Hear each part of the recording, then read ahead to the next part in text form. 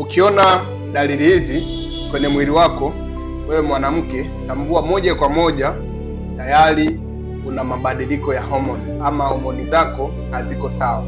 Jambo la kwanza, kama utakuwa unanenepa ovyo, ukiona unanenepa ovyo ovyo, hii ni ishara mojawapo inayokuonyesha kwamba homoni zako haziko sawa. Jambo lingine utakaloliona ili uweze kujua homoni zako haziko sawa, mzunguko wako wa hedhi utakuwa hauko sawa, unatofautiana. Hii inamaanisha kwamba wewe homoni zako haziko sawa.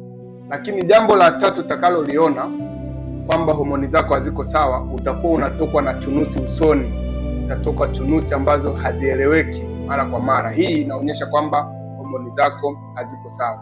Lakini jambo kubwa kabisa utakaloliona kwamba homoni zako haziko sawa, utakuwa ni mtu ambaye una hasira.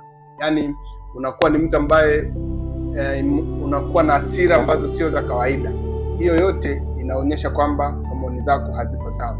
Na kama unavyojua, kama homoni zako hazitokuwa sawa, maana yake ni ngumu sana wewe kupata ujauzito, kwa sababu utakuwa haujui siku zako za hatari, lakini pia period zitakuwa hazieleweki. Kwa hiyo ili uweze kuondokana na changamoto hiyo, jitahidi sana kuzingatia na kufuatilia elimu tunazozitoa ili uweze kuondokana na changamoto ya hormone imbalance. Lakini kama tayari wewe ni mhanga wa hiyo changamoto, komenti neno uzazi ili niweze kukusaidia kwa kukupa elimu zaidi. Lakini pale inapohitaji matibabu, upate matibabu ya uhakika. Namba yetu ni 0766284138.